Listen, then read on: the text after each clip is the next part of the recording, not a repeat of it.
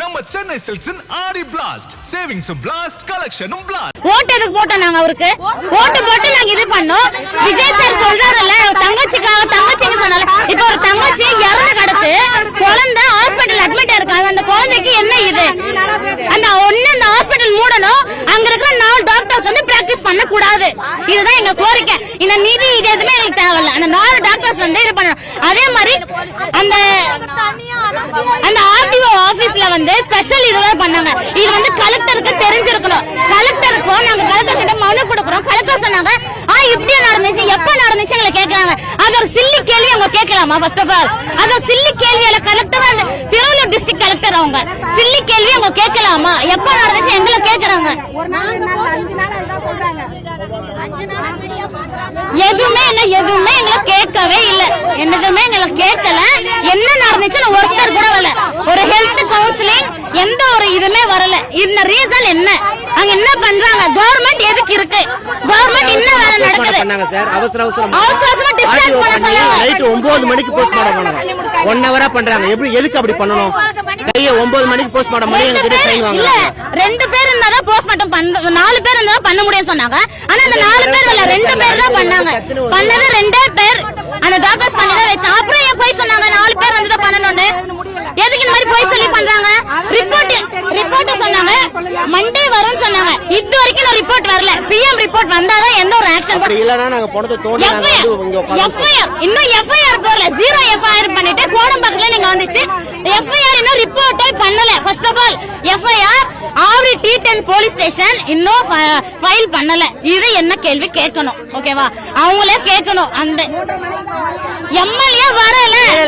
இன்னும் எம்எல்ஏ கண்ணுக்கே படல. இத்தனைக்கும் ஹாஸ்பிட்டலுக்கும் எம்எல்ஏ இருக்கிற டிஸ்டன்ஸ்க்கும் கிட்டத்தட்ட ஒரு 500 மீட்டர்ஸ் 1 கிலோமீட்டர் தான் இருக்கும். எம்எல்ஏ வந்து பாத்துருக்கலாம். ஓகேவா? அந்த ஹாஸ்பிட்டல் நாங்க டே நைட்டா நாங்க நின்னு இருக்கோம். ஒருத்தர் கூட எம்எல்ஏ சொல்றாரு அங்க இருக்கிற கட்சிக்காரங்க நீங்க ஏன் போனீங்கன்னு கேட்டாராம். இது என்ன கேள்வி? இது சின்ன குழந்தைய டிஸ்சார்ஜ் பண்ண சொல்லி அவங்க பிரஷர் பண்றாங்க. அந்த செரிஸ் ஹாஸ்பிட்டல் இறந்து 17 நைட் இறந்துச்சு அப்படின்னு எங்களுக்கு சொன்னாங்க. பட் 17 நைட் இறக்கல, மத்தியானமே இறந்துட்டாங்க. 6 நாள் ஆச்சு. அனுமதி கேட்டா 3 மணி நேரம் ஆச்சு. நாங்க 11:30க்கு வந்தோம். இங்க நின்னோம்.